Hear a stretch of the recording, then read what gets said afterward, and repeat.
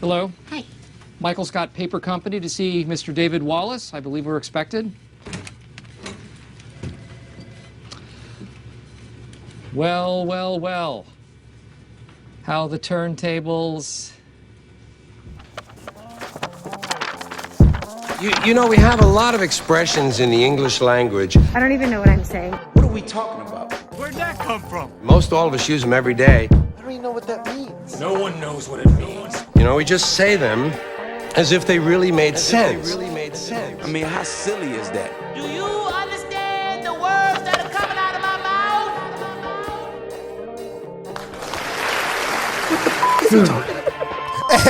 Hey, you know when Chris Tucker say his part, bro, you know it's time to relax, because I seen you was about to talk 20.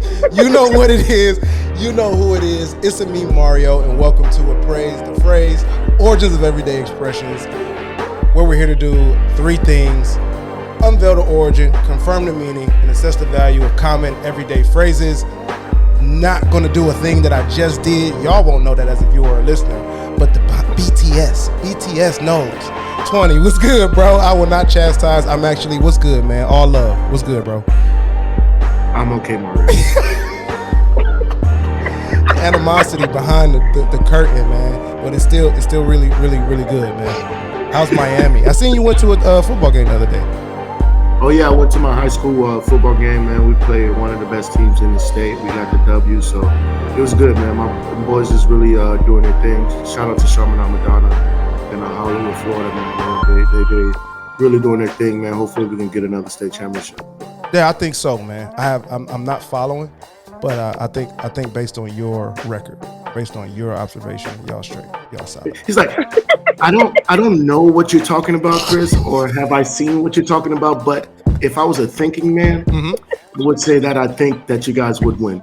That's what I would assume. That y'all gonna take it all. Yeah. Whole thing. Y'all got playoffs, right? I know some states don't have playoffs. Yeah, we got playoffs. Word. Well, hey, man, good luck to Chaminade. Yeah. Thank you so much. I appreciate that, Mario. Let me get you off that ledge, and I appreciate that. You know, and Chaminade, I appreciate that too as well. Word. And to all the young people, coaching staff of Chaminade. Hey, man, season is wrapping up. My heart is full for such a great season, but also preparing myself to be saddened. But part of that being excited, heart being full, is because another 5 guests is joining me in 20 today. So let's get right into it. I got Eastside, Detroit's very own, in the building. Eastside.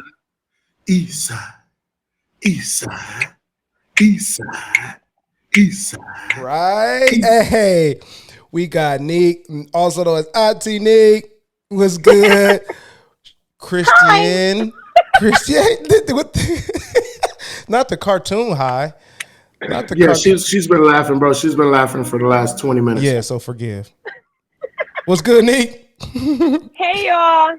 That's my famous. Hey, y'all. That was good. That was very authentic. That was really good and energetic. I like that. That was solid. Nique, tell them more about what you do. Tell them more about Christian. Tell them about, Ooh. Okay, I wasn't ready for that part. I told you that. You did. You told me you wasn't ready.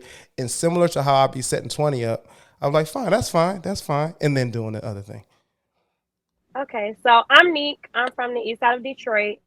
I just launched my luxury handbag and accessory brand called Christien.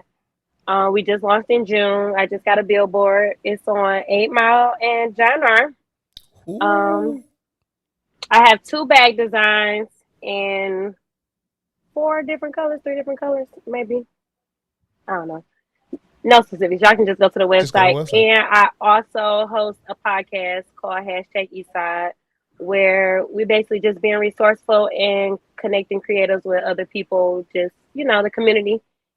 Oh, and I do custom embroidery. Ooh, yeah, like, please don't sleep on your skills. Oh, that was 20. No, wrong one. That's the one I want. Hey! Oh, the billboard fire. The billboard is fire. It's digital. It's fire. Thank you. Congratulations. I appreciate it. Thank you for joining us, man. Thank you. I'm glad to be here. Yeah. Go ahead. I done already got my laughs in for the day. For the whole day. Okay, good. Good, because now the rest of the show is serious. Super serious. Take the rest of the show seriously. I doubt it. So actually, the phrase of today. Well, I was connected with Nique. Let me take a step back. I was connected with Nique by another friend of ours, mutual friend of ours. God bless you. Another Eastsider. I be mingling, man, because I'm from the southwest side, west side. My mom from the west side. My dad from the southwest side. So we would stay at where my dad stayed at, but I was out there where my mama from. Another Eastsider, and she was like, "Hey, my homegirl just posted this, and it was about a phrase." And I'm like, "That is a very good question." And it was about it was. I don't know if you remember posting this, Nique, but it was a story. You had turntables. Yep. Yeah, I remember. Mm-hmm. It was a DJ that posted it. Oh, okay, okay. So that's what made it even more interesting. It was a DJ who posted it. Yeah, and the DJ was like, and the question was like, "Hey, man, what is it? Is it DJ turntables for the phrase tables have turned?" So that's what we're gonna talk about today. We have to have an opinion on the tables have turned, because I'm very interested now. When I was posed, I'm like, yeah, that's something I've said. That's something I've heard. It's usually sinister. And I want to know where it came from. So today we're going to discuss the origin and meaning of the tables have turned. So 20. Dun, dun, dun, dun. You're supposed to have that type of I was supposed to have that. dun, I ain't got no. I ain't supposed to have no sinister music. Come on. Season 3, we got that's season 3 money, Nique. Yeah. We're That's on season 2 money. Okay, right. my bad. No, let me have you, but we'll pull you in. But then y'all should have it. You're not getting paid. They should have it in the budget. They keeping your money. Yo, look on the books. This is what hey, they say open book. I'm only here so I don't get fined, Nique. There we go. I'm only here so I don't get fined. They say that the open book method it builds a stronger community, work community. But you see what happens. People just be like, well, shit, since you ain't paying 20, you can get you should have bells and whistles. Well, shit, since this thing is working for free, obviously. No, man. The check has been sent from the network. It is Mario who's man. I love you, 20. It's our personal relationship. I love you too, man. But to all the people that follow 20 and care about my well-being, once you start seeing my background change, that's when I start getting paid. That's when like, oh, 20 got a new background. That check must have came in. That check must have hit. My dog getting money out here, man. So make sure he must wear all his jewelry to the bodega. He must wear his jewelry to the bodega. Hey, please reference that for the rest of your born days. Hardest line. Oh, I do. Shout out to Bia. All right. So before we get into it, let's talk about our connections to the tables have turned. So 20, set us off. All right. What's your connection to the phrase these tables have turned? I really don't have too much of a connection to it. It's something that I've always heard. When I've heard it, it's like a situation of like, okay, how about this? Yeah. My reference to it is more like the shoe is on the other foot. You know what I mean? Like I felt like I've heard and used that one more than the tables have turned. Like I feel like that's more of a commercial type of movie type, type of deal, type of situation. You know what I mean? When it comes from like the tables of turning. But maybe, off the top, I would say when the tables have turned, it's just like something happening to someone else that they probably have taken for granted, and then all of a sudden it's not, and it's happening to, another person type of deal. Maybe. Yeah, we'll see. We'll get to it, but I like that. I like where you at with it. Nique, where you at with it? What's your connection? That one's mine. Like, you just gonna regret when I'm up. You're gonna regret when I'm up and you down. Like, I feel like that's where it's always going with it. Redemption, maybe a little like it's my turn. Yeah. It's my turn. Yeah. Mm-hmm.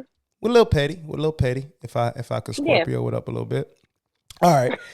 That's smooth. Yeah, for me, I definitely feel, like I said, I think it's kind of sinister.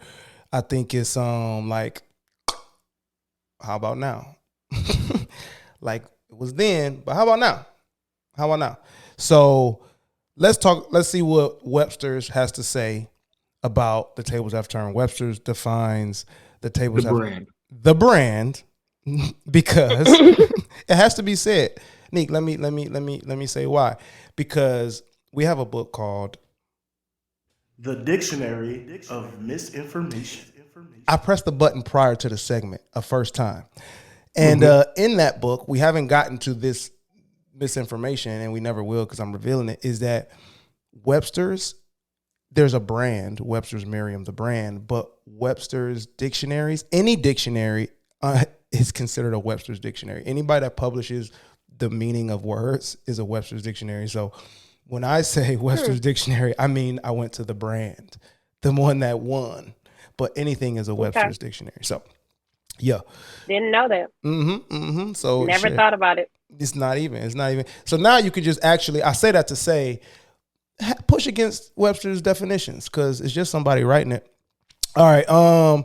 Webster's the brand defines the tables have turned as a reverse of one's position relative to someone else, especially by turning a position of disadvantage into one of advantage. So I think both of y'all was in the ballpark / nailed it. Like, when it's my turn to be up, like first I was down, now I'm up, but it's positioned against how you was up when I was down. And like a seesaw. Like a seesaw. Yeah. So let's pick up from there, Nique. Now that you hear the definition, where does the phrase sit with you with the definition? What's your thoughts on Webster's definition of it? I mean, that makes sense, but I feel like maybe we just been using it out of context a lot of times too, though. How so? That's why we have this show. That's literally why we have this show. Because sometimes it's not even about being up. It's more so about sometimes manipulation. Just really, oh, you didn't do a favor for me. Like, wait till it's my turn and you act, I mean, that's still being up and down and disadvantage, but it's in a different context, though. Yeah. Yeah. That's what, like, 20, before I jump in, 20, what's your thoughts now that the dictionary? No, definitely. I think we're all on the same page here. When it comes to the definition, now it's like, okay, you're putting each other in a different position. Like sometimes the table never turns. Exactly. You get what I'm saying? That's what I'm so confused on. Why is some the table turning? Some people use it more as a threat as opposed to, like, actually wait till the tables turn. Like, wait till the tables turn, dog. Like, and we all waiting. Sonic. And that never happens. Mm-hmm. I've never been anywhere in a table turn. Like, you get what I'm saying? Because why do we use that? That's why I said it had to be in reference to a turntable. When have you been somewhere and the table just be turning? Like, the chairs move, the chairs turn. When you just be going somewhere and the tables be turning. You ain't been to a restaurant, they turned the table. On you? Oh, that, you know what I mean? Like, why do we say it? Well. What's up? I think in the Asian culture they have like turning tables. They do got that like little like. They do. They got that little. So you get one of those. What do they call it? Like lazy Susans or whatever. I think that's the actual American term for like the things that you put in. I'm not doing no origin for no lazy Susan if it's American.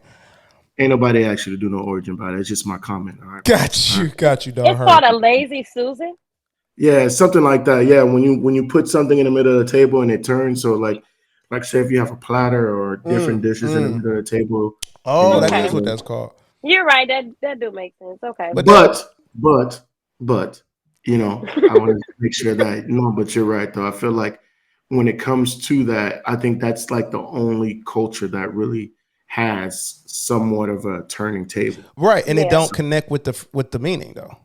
It doesn't connect with the meaning. Yeah. Maybe the connection is like, okay, I have this plate of food that I'm sharing for myself, and instead of getting up, I'm gonna turn this motherfucking table so you can go ahead and start eating now. Yeah, now but that doesn't have anything to do with the brand Merriam-Webster's dictionary. Yeah, it don't. It's not connecting. All right, then. Well, let's get into the origin of this thing and find out.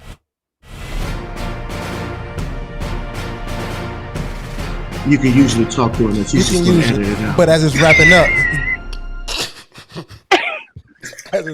up, tighten up. All right.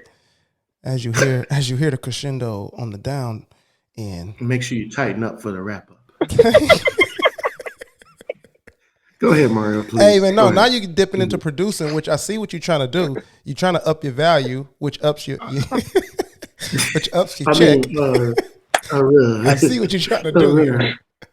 I'm rooting for you, 20. You got to Look at get that. your Look at money that. back. Hey, look, I'm man. rooting for you. It's Listen. you and everybody else in the damn comments. Listen. My boy needs to be paid. Listen, Nique, Mario's over here. Yeah, man. We're going to get you out to Detroit, man. You know what I'm saying? We're going to fly you out here. That's going to be part of my check. My check. Just let me calculate it. Some you ain't even asked for. Let Bro, I didn't even. You could have just sent me the whole thing down to Miami. Hey, he gonna be like, bro, didn't you say you wanted that row seat? You wanted the row seat, right? Yeah, the seat with the leg room, right? I went ahead. That's and why did did that for you. I did it for you. I did that for you. Mm-hmm. If you reach your hand out, then it's more endearing. I did that for you. I did that. Whole time it's a spirit flight. Ooh, Whole time, Oh, Lord. you're gonna have to pay for them. The noodles. last one ever. The last one ever. The farewell flight. And you got to pay for your bag. Like that. Yeah, That like, wasn't yo, included. I'm going somewhere. Like, that's a crazy premise anyways, dog. Like, you know, when I'm on a flight, I'm going somewhere. So, You know. like, the bags I got to pay for, like, you know, I'm not coming You know I got to empty-handed. come with something. Like, Something. I gotta I'm not come coming with something. empty-handed, dog. Crazy. I'm not running away from life. Yeah. I'm just going to see my cousin in Atlanta. I'm not running away from life. Yeah, my nigga, but we still gonna have to get those $30 per bag. Per bag, man. Or don't bring a bag. Like, they really put you in that position. Yeah. Or don't bring a bag. I don't know what to tell you. All right, y'all. This expression first appeared in 1612 in The Widow's Tears. It's a comedy. The Widow's Tears. Okay. Yep. It's a comedy by the poet and playwright George Chapman. And the line in The Widow's Tears goes something like this. You do well, sir, to take your pleasure of me. I may turn the tables with you here long. I'm going to say it again. You do well, sir, to take your pleasure of me.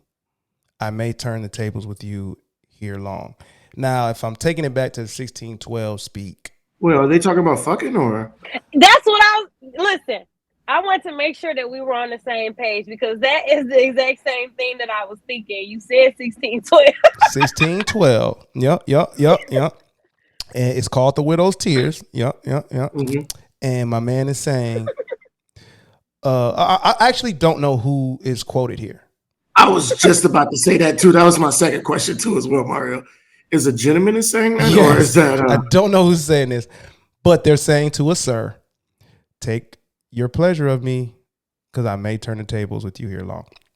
And let me first say that George Chapman's comedies, that this one is considered the last of his comedies, and is also considered his most problematic comedy. That's why.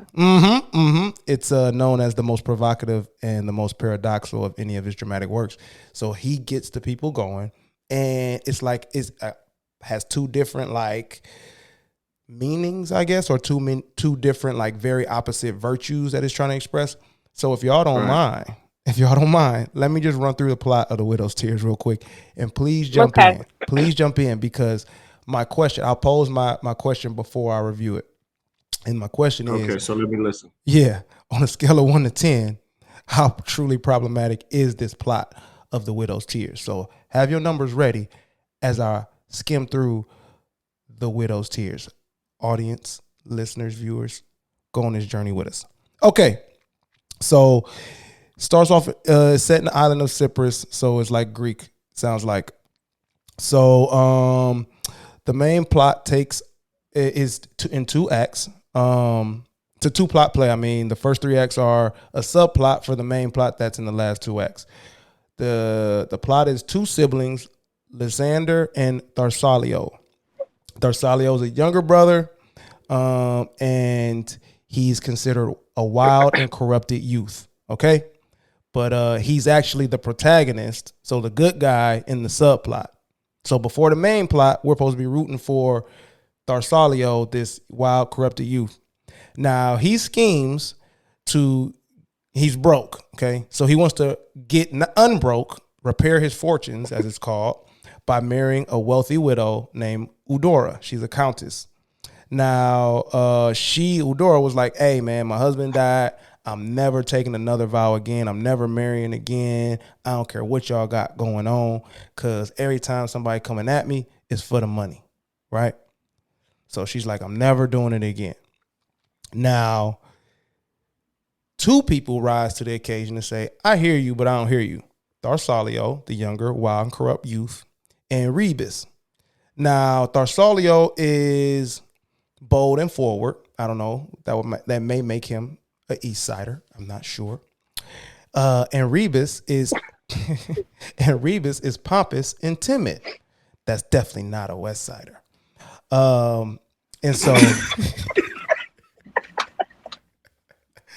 now these two are competing. You got one up go-getter, and you got right, and you got one who's like pompous, like he got the stuff, but he's scared to, like, he don't believe in the juice that he represents, dog. So yeah, loser for real. So Tharsalio says, all right, his method of wooing is unsubtle. And he come at her like, yo. I don't know if y'all seen that Looney Tunes, or not Looney Tunes, that Tom and Jerry, where old buddy light his cigarette with the gun type Tom thing. with the cigarette, the Western, yo. Yeah. So I'm imagining that this is Tharsalio the shorty, like, hey, I'm the guy you need to be with. Let's do it. So she's like, no, you coming on too strong. So this makes Lysander, Tharsalio's brother, come in and talk to Tharsalio like, hey, man, chill out, relax.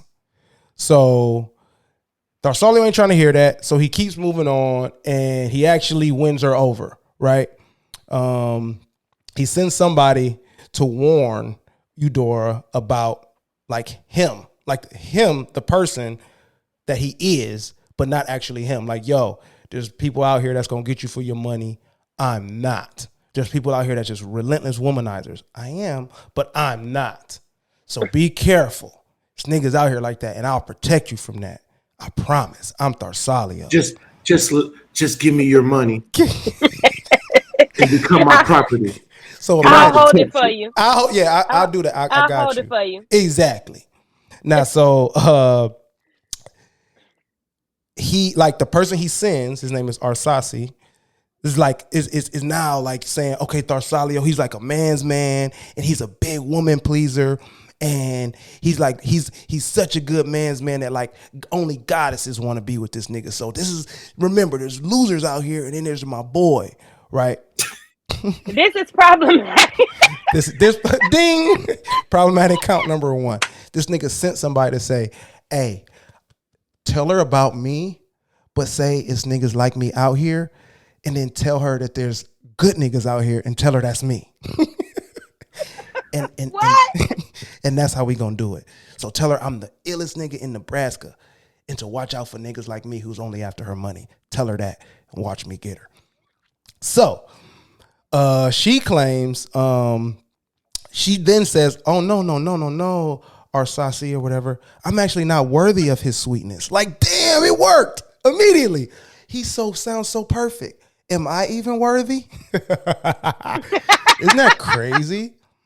So he planted the seeds of temptation, and they had now Eudora's like, man, who is this guy? I want to have romance with him. I want to have eroticism with him. And it worked. And the third act closes with them getting married. Bing. Sounds like Shy Brother to me from the 5 Heartbeats. And that's exactly what it is. That's exactly what it is. It sounds like Shy Brother from the 5 Heartbeats. Okay, so where y'all at? So 10. first No. subplot. 10, bro. 10. This I ain't even gonna waste 10 time. problematic. You don't have to waste time. This is you don't 10? have to waste time, bro. You don't have to waste time. That he was the protagonist. And that but you already said that he wasn't he was a problem before, or no, he wasn't a problem before. Then he became a problem. I already knew it was bad then. It was problematic from there. Come on, man. We supposed to be rooting for him though in this part. So it can't be a 10. We supposed to be rooting for him. What, in 1600s? 12, yeah. I ain't rooting for nobody in the 1600s. In 1600s, was the word manipulation even out? Like, they was like, no, this is called manhood. You're being a man when you're manipulating her son. Get with the program. Exactly, bro. It's problematic. My 10 was probably backwards, but 10. Damn, okay, 10 for the subplot. Hear you. All right, let's get to the main plot. Yeah, bro. So the I main. thought this was the main plot. That You was- said plot too many times. I thought this Oh, was this the is main 20. plot. This is not. If you talk about problematic during the show, this is a 20 right now, Mario. How many my goddamn plots we got? How many goddamn plots we got, bro? He Bro, said it was like three. He said it was like three subplots and then a main plot. Yeah. Hell no. Yeah. And this one. This is one. Hell So it's 3 acts. No, it's 3 acts. The first act is a subplot, and the first act is all about Darsulio gaming up Eudora, and he won. And we supposed to applaud that. The next 2 acts is the main plot. After we learn about him being married, here's why. Let's get into it. How? So he did get married to her at the end of the first act. Mm-hmm. At the end of the first act, Darsulio and Eudora get married. And you want us to only go to 10? This is the worst of the worst. Well, let's keep it going. Let's see if we can bust through the doors of 10 and go to 100. So the main plot, now we go into Lysander's life. So it provides a twist in the situation. And this is supposed to be like before the first act. Like we're going back in time now, right? And in his conversation over his plans to woo Eudora, so like now let's take it back to like Darsulio telling his brother, hey, I see this girl, this widow, I'm gonna try to get her. Like he's honest with his brother and shit. And his brother's like, hey man, that's not good. That's not a good thing, bro, to do. You probably shouldn't do that, right? Like that's all he said, like probably should not do that. Darsulio resents his brother for saying that to him. So Darsulio's like, I'm gonna get your ass back. So Darsulio goes when the tables turn. Here we go. Darsulio said to Lysander, like his plot now was to make him doubt his own wife. So like Eudora, Lysander's wife was vowed never to remarry if Lysander ever dies. So Darsulio's like, bro, I bet you if you die, I bet you Cynthia marrying somebody else. I bet you. Wait, was her name really Cynthia? Her name was Cynthia. Yeah. In the 1600s? 1612. All these ghetto ass names, and she the only one got Cynthia. Yeah. What's the nigga say? The socks on? What's the buddy name? Arsesi? Arsaxi? Lathardius. Come on, my name. It's Lathardius, right? There is a Darsalio. Darsalio. And it's actually kind of going. Yeah, Darsalio's decent. But Cynthia is Lysander's wife. And look at how long we using this name still. We don't use none of them other names. Cynthia lasted the test of time. It's a powerful name, I feel like. My grandmother's Cynthia. Mm-hmm. Shout out to Auntie Cynthia. Yeah. And shout out to Sin for connecting me and Nique. All right. See? And so Darsulio must be mad good with his words, y'all, because Lysander's like, you know what? I'm going to prove you wrong. I'm going to prove you so wrong. I'm going to fake my own death. Bro, get away from this story, bro. This is problematic. Tables and turn. Yeah, it's 10. So, Let's get to the phrase. Did you watch it or did you read it? No, I read this. Oh, I know where it's at. I know where it's at. People don't know the he's done his research. Oh, yes. I know where it's at. Let me wrap up the story for the people real quick. Okay, 10s across the board. I hear you. Fakes his own death. Spreads the report that he's been killed by some bandits while he was traveling.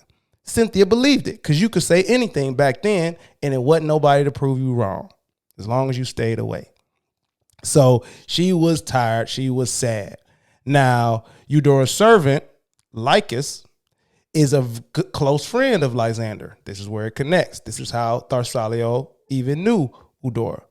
And so Lycus is aware of Darsulio's plot and is like, yo, this has emotional cruelty in it.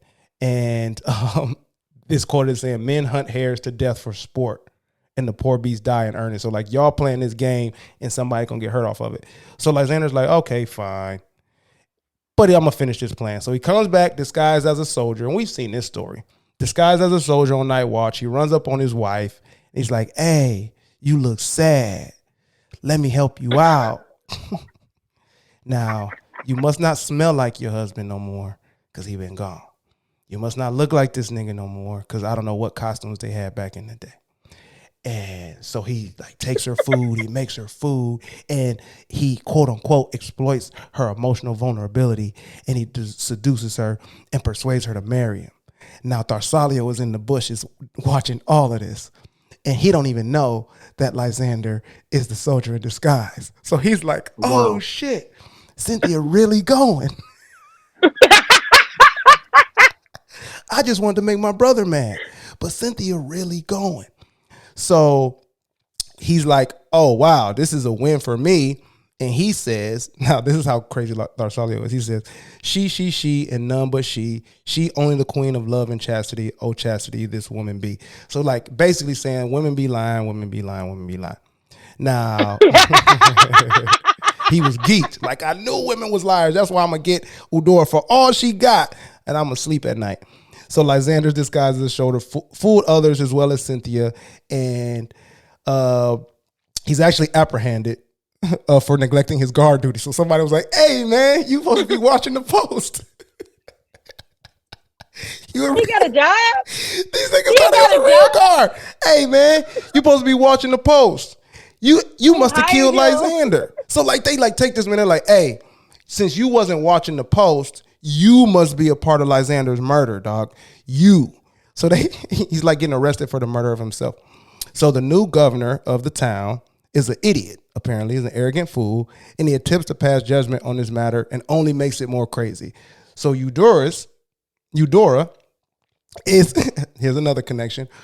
Eudora's widow, the person that died who made her a widow, was the old governor. So him dying, her husband dying, made the new idiot governor come into play. The new idiot governor is trying to judge and put Lysander, the soldier disguised, in jail. And so now Lysander's like, hey, no, I'm playing. It's me. And so Tharsalio was like, okay, bro, we'll get you out of this legal issue. You didn't kill her, right? Because you're alive. And because nobody cares about women, everybody's like, all right, that's fine. And then the brother's like, even though we're all going to go to the end of this show back to normal, your wife really loved you, bro, because it was you she was attracted to. That's why, like, this nigga's nuts. She wasn't really cheating on you, bro. She knew in her heart it was you, and that's why she felt you know what I'm saying? He tried to make light and make it better for his brother, who he set up to do this in the first place. The tables have. I ain't gonna lie, you gonna have to send me this play because I want to watch this. Yeah, I would actually watch this shit. I will watch it. Okay, so a 10. Let's get it. Let's keep it going. So then it popped Tony up. tried not to laugh. No, man, it just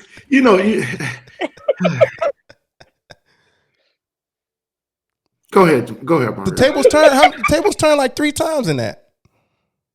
Yeah, because it was like a situation where you about to get arrested for your own fake murder.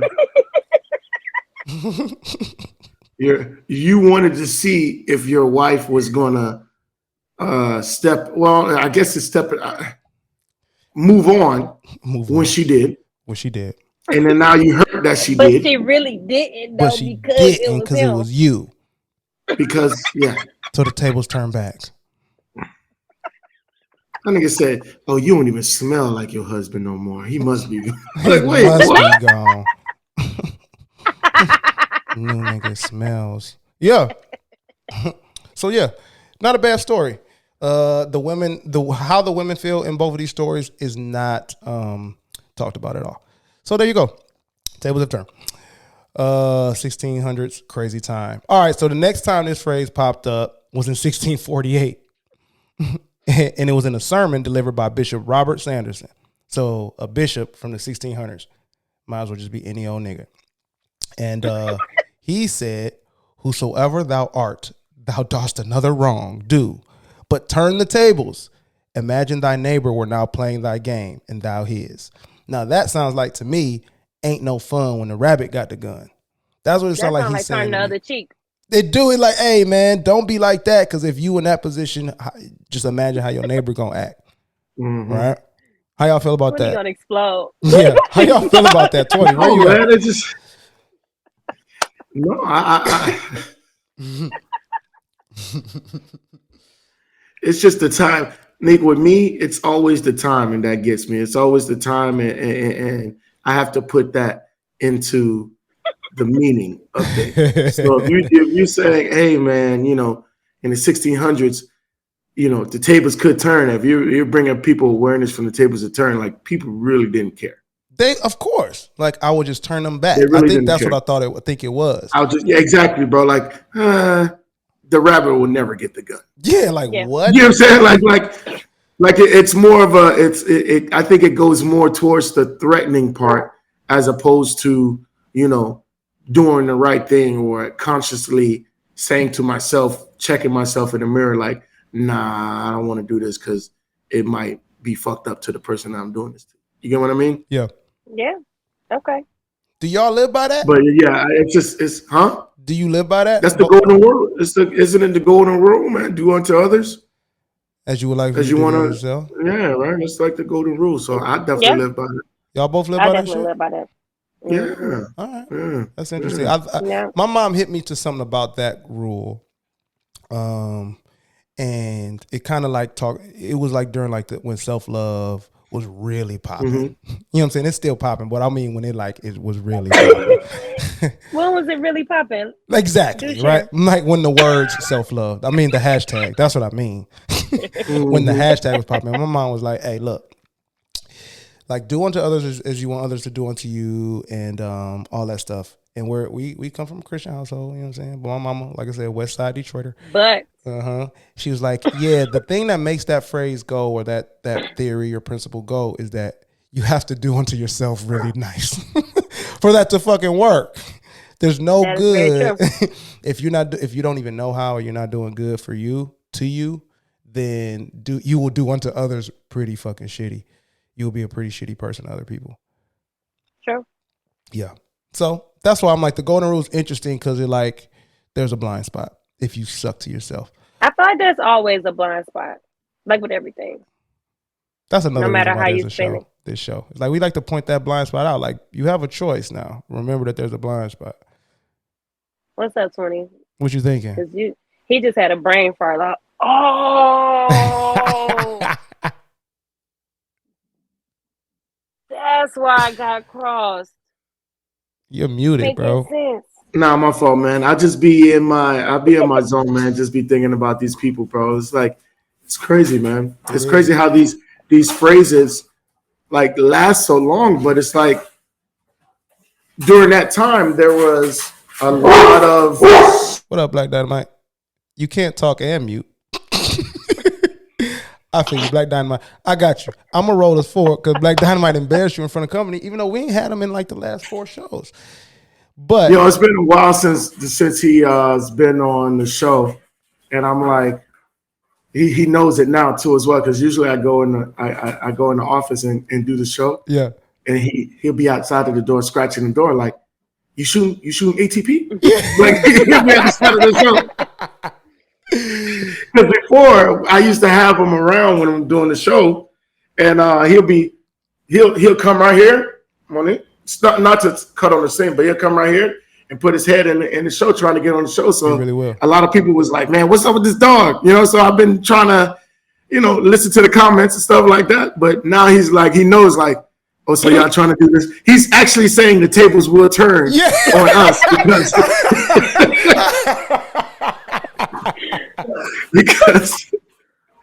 because now you want to act like that because y'all season 2. Come on, man. Hey, I rock with Black Dynamite, bro.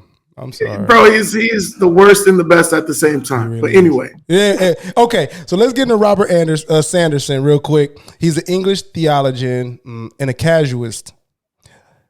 I don't know. I didn't know what a casuist was before this. I'm gonna tell y'all. He's just is it a casual person that does it all the time, or? That's what they would think. Like, oh, you are casual. Actually, it's actually, you like that one, Nisha? You like that? It's deeper than rap, man. It's weird. It's a misnomer because it's actually way more than casual. Like the least amount of casual. It's the process casuistry. So to be a casuist, you have to get into casuistry, and that's the process of reasoning, a reasoning that seeks to resolve all moral problems by extracting and extending rules case by case. So he's like, I actually don't want to think about this casually. I want to think about this deeply and resolve it. So he wrote a sermon that says the tables will turn, be cool with people. But his most famous sermon was the 9 cases of conscious resolve. So that he said that there's 9 cases in the human conscious that needed to be resolved and have a resolution to, and it will solve our moral problems. Okay, so what I'm going to do is list these 9 cases from the 1600s, and each of you 1600 again 17th century, crazy time, and you're going to tell me which one. Y'all can pick the same one, and we're going to find out how we can solve these cases. All right, so here are the 9. Listen closely. The first case, the case of marrying with a recusant. I don't know what that is, but in case you marry one, we have to resolve this for moral issues. The case of unlawful love. I don't know what they're about to say about unlawful love, but he solved it. The case of military life. The case of scandal. The case of a bond taken in the king's name. Nigga said, you can't even say I'm going to do it. Like the king said, we got to do this, bro. That's bad for morality. The case of engagement, the case of a rash vow deliberately iterated, the case of the Sabbath, got to keep it holy, and the case of the use of liturgy. Yeah, these are the important things in the 1600s. Nick, I don't know what none of this shit, man. Me neither. So we about to find out. Me neither. Which one? Gonna resolve some stuff. That's what I'm about to say. What issue you about to resolve? Pick one. The military one. That was the one I was kind of curious about. Cool. Let's go check. Because everybody not in the military. Like, yeah, what is the problem? What is the problem? So let's see. Here we go. Where is that? Case of military life. All right. Let's see what he said the issue is and how we can solve it. He says that since the beginning of time, there's been war, and he could have wished that, and his desire would be that some people know more about how war is and the greater experience of war, and how war is bigger than yourself. And so to think bigger than yourself, he wrote 2 letters to say, let's see, I'm going to sum this up. Consider the soldier next to you. Consider the soldier in front of you. Go ahead and die in war. You be the person that die. This is brilliant acts. So the whole resolution to that is join the military and go to war. Like just be. So everybody supposed to be able to relate and know what war is because they went to war. Then you can know. Then we can either keep warring, I'm assuming, or stop warring. I guess if we all eventually learn what war is, and we consider what the soldier across from us have gone through and the soldier next to us has gone through, then we will maybe stop war, or we will keep it going. And that is going to help morale. That's going to help people be more moral. Yes, that will solve that. Why can't they just say have empathy? Because, bro, the king will kill you. If you say, the king will kill you if you say that. If you make it simple. Oh, okay. All right, 20. Then okay. Go to war and figure it out. All right, 20. Which one? Go to war and find out, nigga. Like if you can't tell somebody, say if it's like you get put to death by saying compassion or empathy, just go ahead. Only the king can say that, not the people. All right, what case you want to solve? What else do you want to learn about? Come on, 20. Unlawful love. Unlawful love. Marrying a recusant. Sure, unlawful love. Thank you. I had to lead you because I definitely want to know about unlawful love. It's my favorite thing, actually. All right. So it's unlawful love is just what having like outside of marriage. Hey! I'm getting out of here. The first line. I knew it. The 1700s is some bullshit. The first line. Sorry, y'all. Two gentlemen who were very good friends. It's the first line. So yeah, you know where he going with that. You know where he going with that. I'm not even about to see. I'm not about to see what he thinks.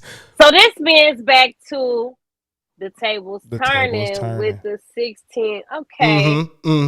So this is like the tables turning is really nasty.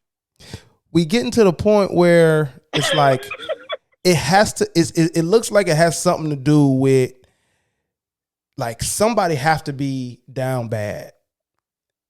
Somebody has to. There has to be something negative with tables of turn for it to even work. For this phrase to even work, something negative has to be happening. Okay. Yeah. All right. Now we get to actually the end of the 17th century. So the end of the 1600s to where the phrase actually originates and where they're pulling it from. And to break it to everybody, we did all this to say it comes from playing board games. The phrase refers to the position of the board in a board game being reversed. So it reverses the the situation of the player playing the game. And it was never meant to be literal ever in the history of its phrase. It's always meant to be if you're playing chess, all right, if you flip the board, now look at you. If you flip the board, if you turn the board, if you turn the table, because I guess the games back then were all table topped. You flip it, that's it. That's what. That's whack. That's whack as fuck. Wouldn't it have been cool if it was DJs? I like the other definitions better at this point. Yeah, like what board games? Like Battleship? That's crazy. Fucking Battleship.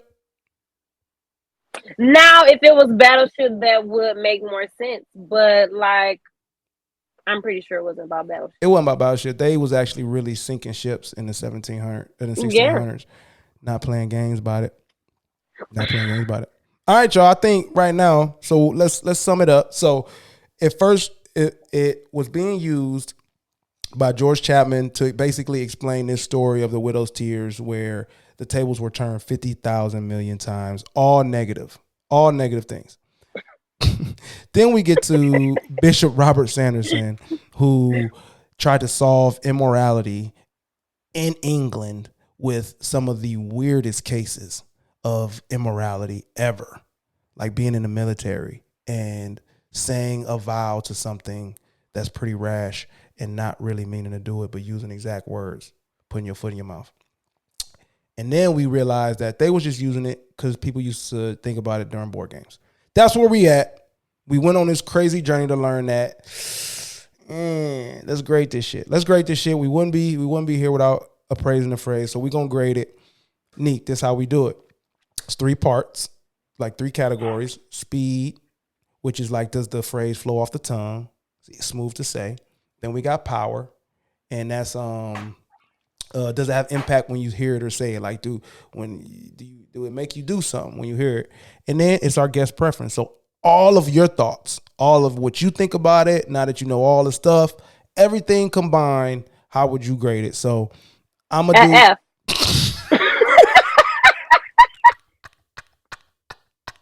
I think we all should be on one accord with that. Woo, this is our first guest that's like, look. Because I'm fed up. I really rather it had been about a DJ.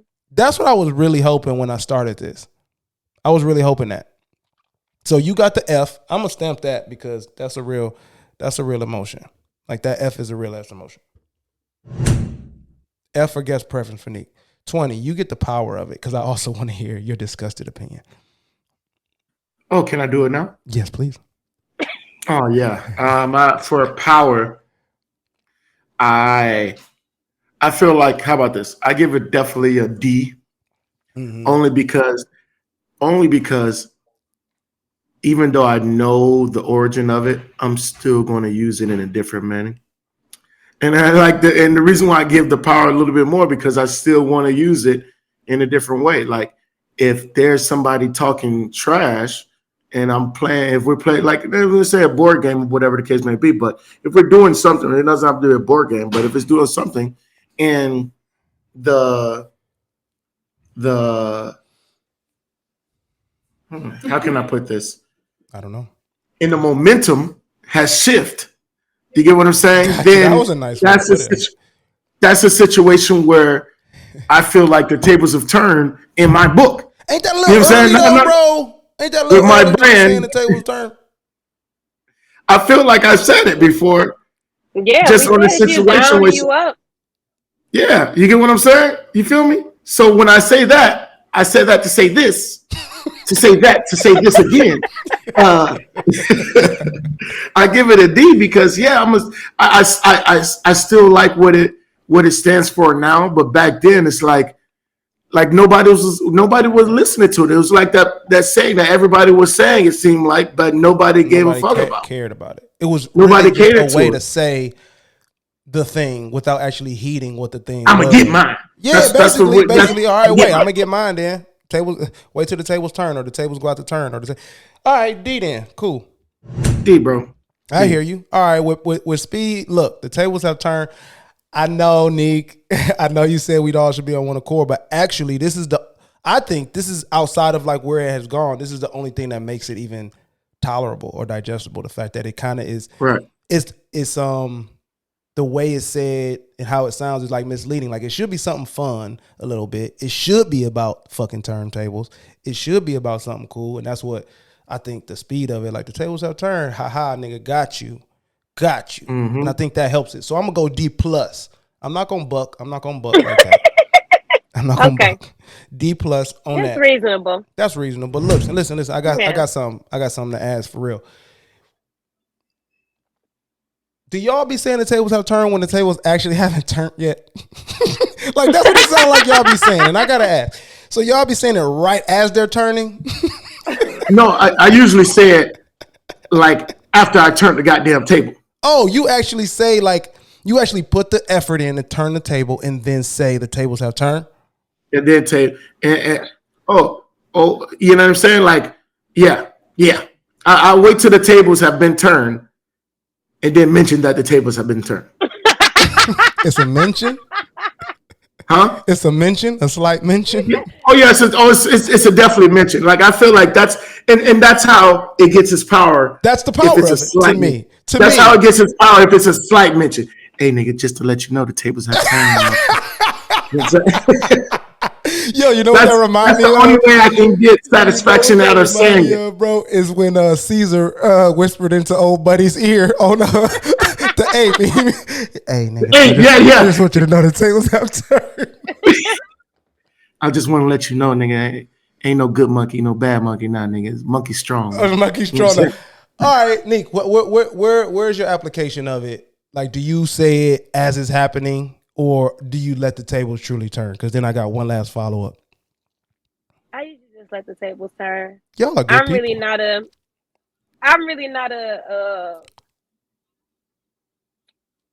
bragger a little bit. Well, like I don't think you saying it is actually bragging, but it's like, you know, like my time. You gotta acknowledge that turn of the tables, Nique. You gotta acknowledge that. That's true, and you know what? Moving forward, I am. Thank you. Okay, cool. If we can do anything, and I'm gonna do the whisper in the ear. You gotta do the whisper.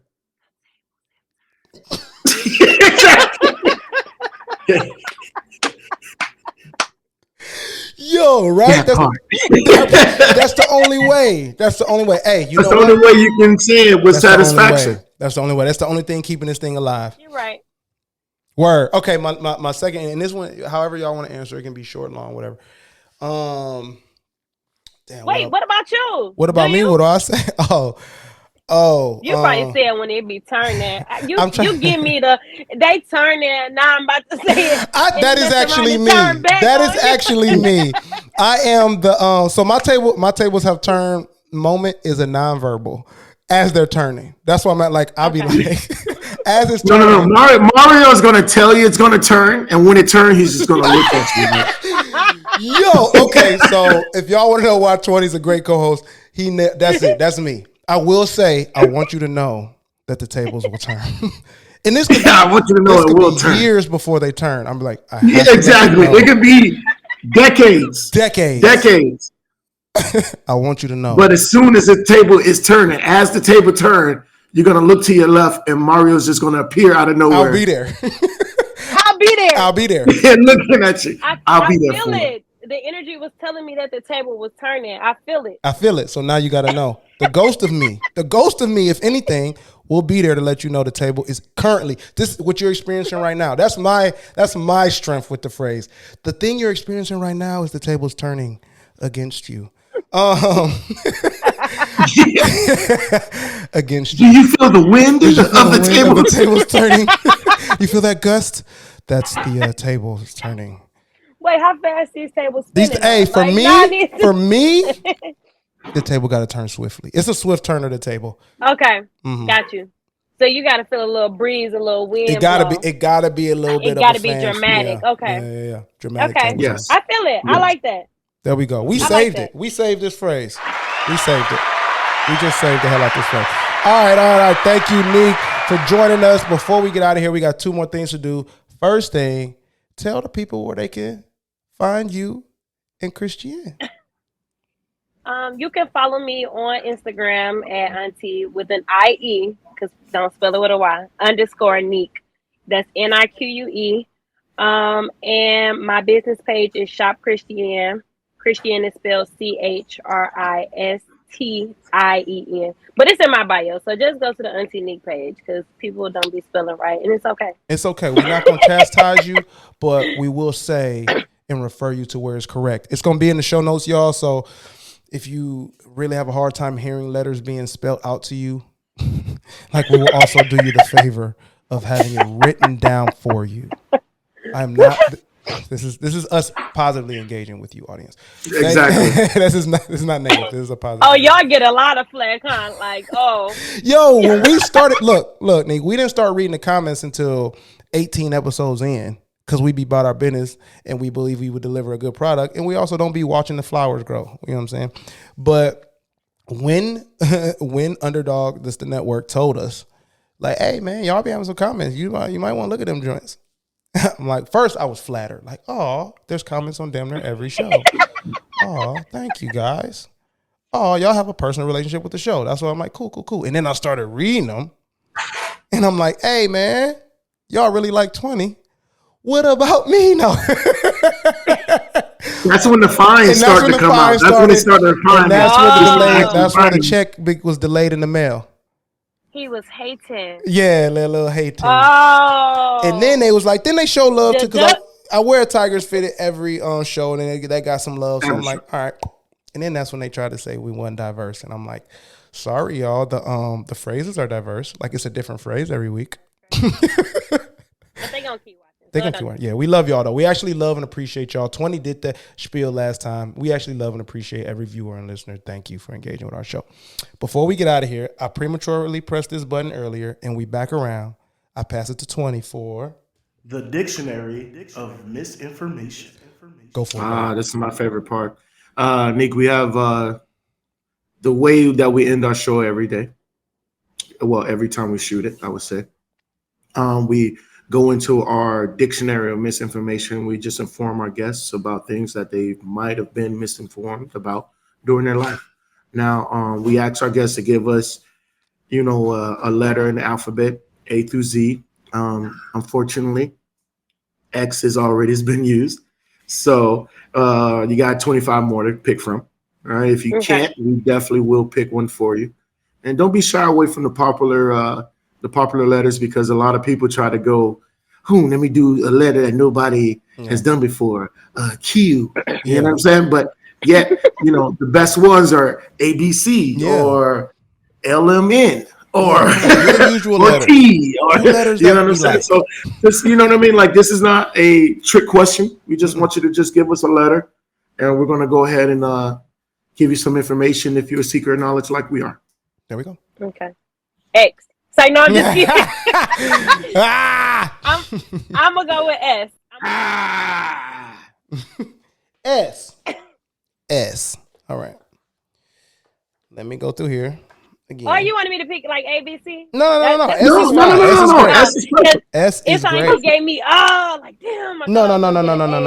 He just doesn't want to have to look through the whole book to get to S. That's all. That was it. It was like, because then I have to actually do the alphabet in my head Dang. to really find what comes before S. And after S got a lot. Let me see. I should have picked in the middle then. Ooh, that was actually interesting. And while Mario's doing this, I like to tell everybody that he always just skims through ones, laugh at them, and then goes to another one. Like with the suspense that we're going through right now, something that happens every single time. Yeah, I'm sorry. So look, you can tell. You can tell that he's going through different ones and personally picking the ones fit for him. Actually, yes. That's Actually, actually what's happening, man. So why we picking then if you picking? It's called an illusion. It's called the illusion of choice. You are perfect for this show. You asked the whys. Yeah. Why? I just want to know. Why? No. I'm really. What? It should have been the letter that she picked. Ooh. That was a good one. Okay. He done ran through 6 of them already. I know. Right, he done ran through at least 5 and then I'll be like, damn, this one only I care about. For this show. So I'm gonna say this one just because gang Scorpions real quick, and then I'm gonna go to the real one because this one's quick because I didn't know this. Scorpions, because I'm a Scorpio. They say I'm that a Virgo. Yo, you're beautiful folks. I love Virgos. Great. Scorpios sting themselves to death. There's a belief that Scorpios surrounded by a ring of fire will commit suicide. It's not true, man. We possess the immunity of our own venom. Okay, cool. I just need to know that because I'm like, wow. That would have been so cool if a Scorpion can sting himself to death when it's like bored or danger or something like that. Like you're not gonna get me. Dog? The table's about to turn. You know what, brother. I'm gonna just go in here to get up out of here. I'm off myself. I'm off myself. This is damn. It's hot. It's hot in this motherfucker. You know what? Yeah. You know what? Fuck this shit. It's too goddamn hot. Exactly. But actually, let's talk about the term scapegoat. The term is commonly used to refer to the one in a group who gets caught, although his own offense is no greater, or perhaps not so great as the others, right? So William Catley, for example, is often referred to as a scapegoat following the conviction in the connection with the My Lai massacre during the Vietnamese War or the Vietnam War. But a scapegoat is actually himself innocent. He's sent out in the wilderness with the sins of others upon his head, not his own. So actually 2 goats are involved in the Mosaic ritual. So a scapegoat is an actual ritual where one is symbolically laden down with the sins of the people and to be set free, and the other is sacrificed. So there's a scapegoat and a scapegoat. So if you're a scapegoat, you're just being sacrificed. Like you are intentionally not, like a scapegoat is not, you are you're being blamed. Like they know it is not you, but they're gonna just sacrifice. Yeah, they know it's not you. A scapegoat isn't, they think it's you and it's not really you, which is how I use it. It's actually no. Yeah. We all know it's you. We're picking you because you're the sacrifice for this. Right. So that's it. All right, y'all. We're gonna get up out of here. Scapegoat. Hey, Nique, yeah, we don't allow. I know we don't allow no talk back now. No. To clear up what I was saying, yes, there's a scapegoat and then a scapegoat, like escape. So the goat that is sacrificed is the scapegoat, and then the scapegoat, because they bring 2 and they crown one and the other. All right, because there's one goat that escapes. Literally, you get. There's one that escapes, and that's the one that's guilty. But since the mask needs something to be sacrificed, yes, you got the scapegoat. You got the scapegoat who's going down. Hey, y'all. Okay. We appreciate y'all again for listening. Where's the applause button? There we go. As always, you can find us on Spotify, Google Podcasts, Apple Podcasts, YouTube for the views, for the visuals, every other podcast platform. We're brought to you by the Underdog Podcast Network. Shout out to them. Thank you to my co-host 20. Yeah. Thank you to Nique and the Eastsiders. Hey, I rock with y'all, man. I rock with y'all now that I've been away and came back. And you can always remember that value is in the eye of the appraiser. We will catch y'all next week. Awesome.